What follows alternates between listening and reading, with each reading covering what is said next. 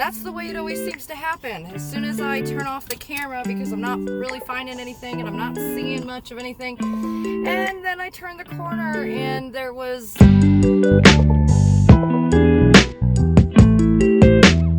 Hey y'all, welcome back to my channel. My name is Amanda. I am a small reseller.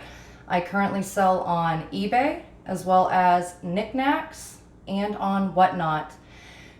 Every Saturday evening at 7 p.m. I go live on Whatnot and do a vintage live sale. There will be a link in the description of this video for that if you're interested.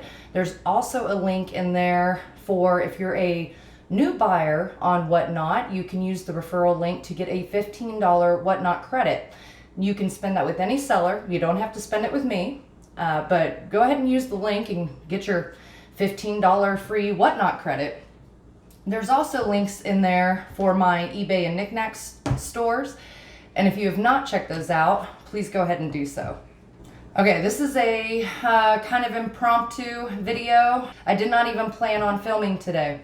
However, I had a few sales that I had to go drop off today, and I thought, well, while I'm out and about, I will run to the Goodwill. It's been probably a week or more since I've been over there. Why not? So before I scoot you guys over to go watch the little bit of Goodwill footage that I have, I'm going to very quickly go over the 3 eBay sales that I had overnight and got dropped off just a little bit ago. And the first one is that journal that I got at the same Goodwill we're going to in this video. It was a Barnes & Noble journal. It was kind of gold or light brown color, and it was like suede cover, and it had leather straps, and then it had like the Tree of Life design on the front, and it was gold leafed.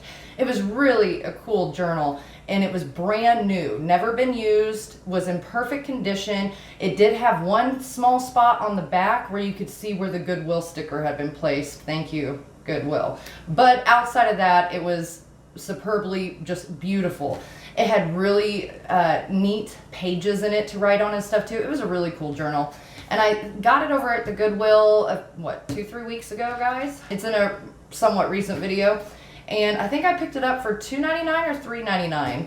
And I had it listed for $30 and sent a buyer an offer for $25, and they went ahead and took that offer, which I think is a great pickup. You know, it's brand new. It didn't still have the original tags or anything, but it had never been used. And so when you went on like Barnes & Noble's website and looked it up, I want to say it was $38 or $39 brand new, and so I had listed it for $30 and anticipated somewhere between $20 and $30 on it. So that's not a bad pickup.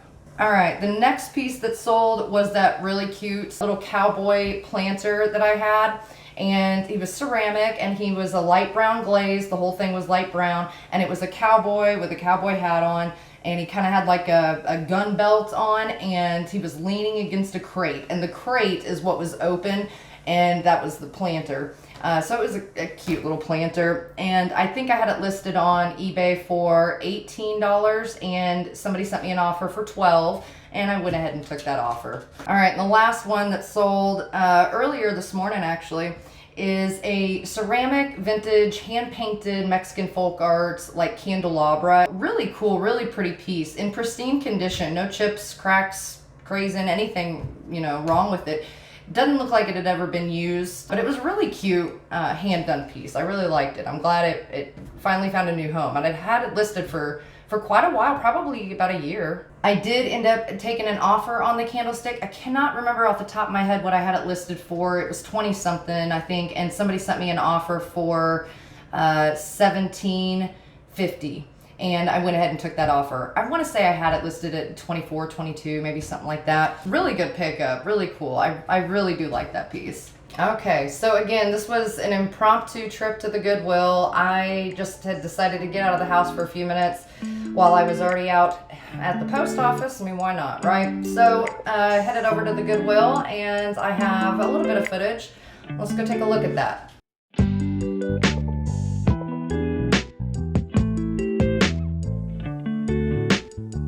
Okay, so first thing I saw was this here. It was glass. I thought it might be plastic, but I was not too interested in it. It was maybe Ray Dunn was what I was thinking. Wasn't seeing a whole lot going on in here. This vase was kind of interesting. It wasn't marked or anything. I saw this, I'm guessing, aluminum football shaped bowl.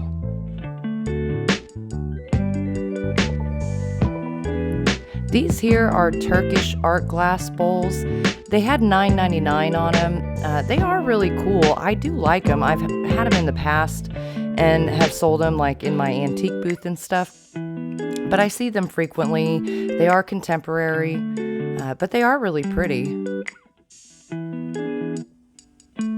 This here was neat. Kind of this 3D molded sort of resin. It's kind of a plaster resin sort of thing going on. This was cool. I think this one was probably made in Japan, but it was chipped on the spout.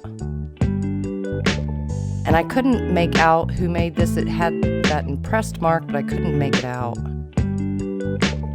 Didn't seem to have any damage, but I have lots of creamers. This thing here is some kind of a resin or hydrostone. It was like a saddle. I'm not sure what its purpose was. But then I saw this other saddle here that held coasters. And both of these pieces had stickers on them that said made in China. I mean, I didn't pick them up. I don't know what their resale value would be. They were neat looking though. They were cool. Saw this little vintage Japan hand-painted redware creamer. And it was in good condition. But again, I just have lots of creamers, guys. So I just try not to pick them up unless it's something spectacular. This here's the Gorham music box. I'm not sure what he plays, but I have a couple music boxes listed. So this is McCoy. He was missing his lid. I would have picked him up. Even with the paint loss, I would have picked him up. I love that darn cookie jar. I'd probably keep it if he had his darn lid. That was black glass of some kind or amethyst glass, but I'm not sure who made it. Or this here, I'm not sure if this was like a lucite or bakelite or it was some kind of a plastic. It was definitely vintage. And they wanted $7.99 for it. It was just a little bit much for me. It was cool though. It seemed to be in really good condition. This here kind of threw me. I was expecting Foldsgraf, guys, but it says Portugal on the bottom. But it was really neat. It was in great condition. I'm guessing it's a newer piece. Just the weight, the feel of it and stuff just makes me think it's a little bit newer. I saw this little box, like trinket box thing. It was some kind of a resin, like a carved resin. It had elephants on it. It was kind of neat. This was a ceramic and it had like an embossed signature on the base, and something was moving on the inside, and I had to find out what, and it was like little glass beads. So I'm not sure. I mean, I think that's a dog, but like a dog pillow, a dog bun, I'm not sure. And this was a transfer print leaf dish, but they had like, I don't know, $5.99 or something crazy on that. This here actually looked like it was a handmade piece. Like when I looked on the inside, it didn't look like it was like poured in mold. It looked like a handmade piece. It was interesting, but I wasn't sure about it. This here is a little trinket box, a terracotta majolica made in Italy trinket box.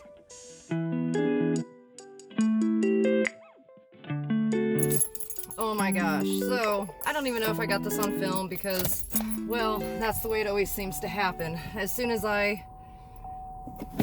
Shut up, car.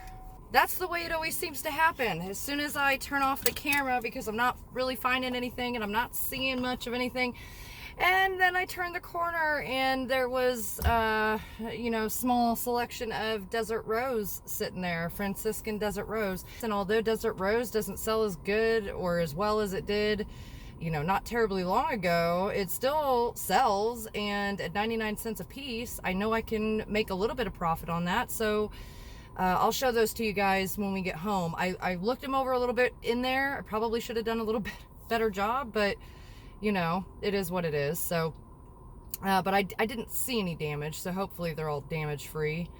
And I was thinking in my head, good Lord, the last thing I want to do is pick up more dishes. But I mean, how do you say no to that at 99 cents per piece? So I did it. And the other thing I found was that little Italian like trinket box. And I did peel the tape back when I was at the counter and double check just to make sure there wasn't any breaks or damage like on the inside. And it looked good. So what a cute little piece that is. I really, really liked it. So I snagged that. That was $3.99, I think. So my total in there was, I rounded up to support the mission. And so my total was an 18 even, and not bad. Okay, so yeah, of course, I don't think that I got any footage in the store of me finding it, or maybe I cut it off right as I found it. I can't remember right now. It seems to always happen like that for me though, where like I'm in the store and I'm walking around and you know, I'd found just this one piece and there really wasn't a whole lot else going on. And to be honest, it'd been a week or more since I'd been there, and it seemed like there wasn't a whole lot of changeover on the shelves. It was kind of disappointing. And, you know, because remember, it's like a close to 30-minute drive over there and then another 30-minute roughly back for me. So it's a little bit of a trek to get over there. And so when you go in, it's a little deflating when it's like, man, it's been a week and nothing's changed. But it happens, you know. I think I turned off the camera and then turned the corner and looked down and saw this desert rose sitting there. And my first reaction was, oh, desert rose. But then I thought, oh gosh, do I want to buy plates and bowls and stuff?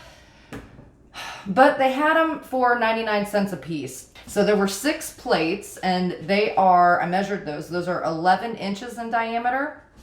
And then there were 2 bowls that are about 2.5 inches tall and they are 5.5 inch diameter. And I guess these would be like salad or soup bowls or something, maybe, or I don't know, cereal soup bowls. And then these smaller bowls, these are only about 2 inches tall, but they're wider, they're 6-inch diameter. And I guess these would probably be salad bowls maybe. But anyhow, they're marked with the Franciscan Desert Rose.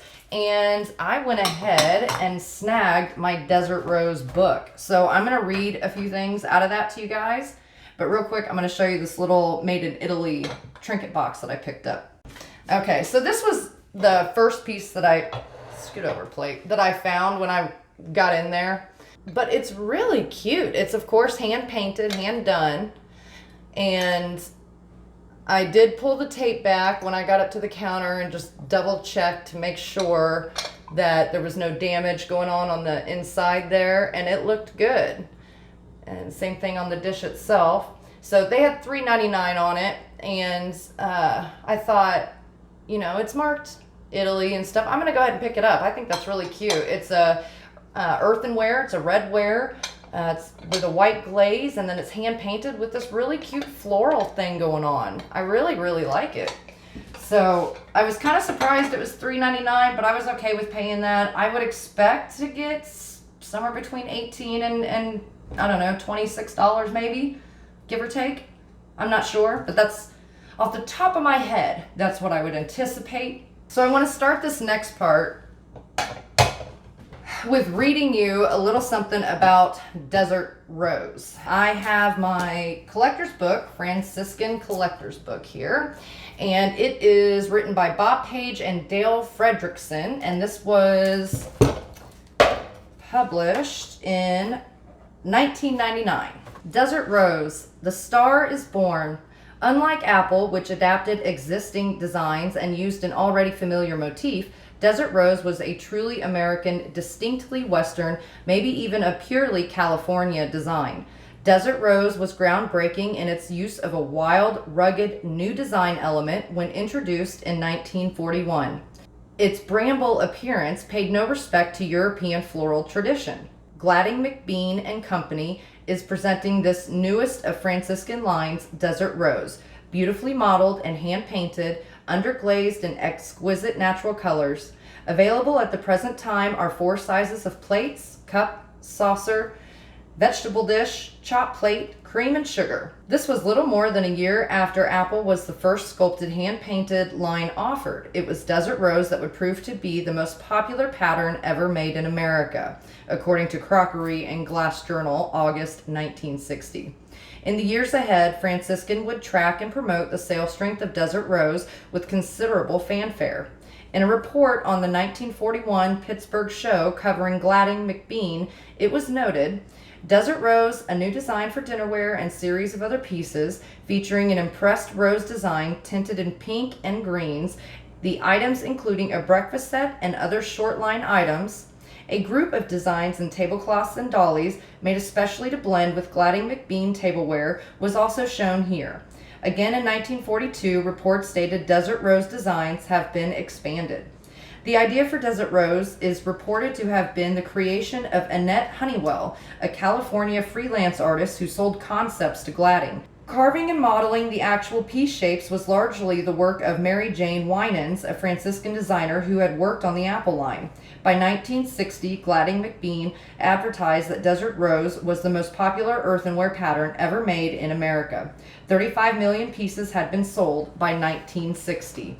In 1964, Franciscan would celebrate the production of its 60 millionth piece of Desert Rose, with press releases showing Mrs. Winans and crediting her with being the chief designer and stylist for Desert Rose. Noteworthy is Mrs. Winans' earlier view of what made California-influenced designs sell. The strength of the sales of dinnerware early on attracted matching glass. In less than 2 years, Imperial Glass was marketing stemware. Within a few years, Dunbar Glass, Gay Fad, and others were marketing a Desert Rose crystal line. Desert Rose designs have been expanded. Western Rose is the name of this design from the Imperial Glass Corporation, one of 3 hand-painted decorations done on the Mardi Gras shape in tumblers, goblets, and sherbets, to be retailed at about $1.35 each. The other 2 patterns are the Western Apple and the Western Wildflower. The Western Rose and the Western Apple were designed to complement 2 popular Franciscan dinnerware patterns. There's a decent history there with Desert Rose, and it has been, since it was originally produced, a very popular line, and it continues to be a popular line. I think in the car I mentioned that, Franciscan Desert Rose doesn't sell for what it really used to, but it still does sell. So it is worth picking up if it's in good condition and you can get it cheap enough. The downside of picking up things like this is you can sit on them for a little bit. As they just told you, there were over 60 million pieces produced by, 1960. So there's a lot of it out there. It's heavy duty stuff. It's good quality stuff. And so, if you can find it in good condition at the right price, like 99 cents a piece, I was okay with. I know that I'll make more than 99 cents a piece on them, so they're worth the pickup if you can get them at the right price. Now, towards the back of this book, they do have, they do have a bunch of the, back stamps and everything, and I was checking over what I picked up, and I think mine are probably newer production. I don't think these are like the 1940s version, and the reason I say that is because of their back stamp. It definitely has a newer looking back stamp. I don't know when it actually dates to, but it definitely looks newer. And it says on here, a member of the Wedgwood Group, earthenware made in England. Now in the book, it did note that, let me get back in here and pull it up. It did note that Desert Rose pieces made both in the US and England. And then there were also ones made in Portugal. There's a small section here that are for pieces that were only made in England. And then there were pieces in here made in Portugal as well. So just extra info to throw out there. So yeah, I don't think that any of mine were terribly old Desert Rose. Like this one here is definitely a newer mark. And then on these smaller bowls, they have the same mark as the plates do. So really cool. I don't see any damage on them. They all look to be in good condition. I don't see much, if any, use wear on them. I'm excited about that. I'm excited to, you know, get them cleaned up. There's a little food residue on some of them, I've noticed. So I'm excited to get them cleaned up and get them listed, and maybe by later tonight or tomorrow I'll have them up and we'll see what they do. All right, guys, this was just kind of a quicker video, and I thought I'd just share with you the really neat finds I found today at the Goodwill. I always like swinging by there. It's probably, in my opinion, one of the better thrift stores within a reasonable driving distance for me. And so while I don't think that buying all of your inventory at a thrift store is feasible, at least in my area, it's definitely worth stopping in occasionally if you're passing by one or just bored or whatever, and just see what you can find, because you never know. So I think that's it for this one, guys. And again, I want to thank anybody who hangs out, watches my videos, watches them to the end, comes to my sales, my whatnot sales, and checks out my eBay and Niknax stores and stuff. But anyways, I think that's it for this one, guys. I just wanted to share a little bit of fun with you today. But I'll catch you on the next one.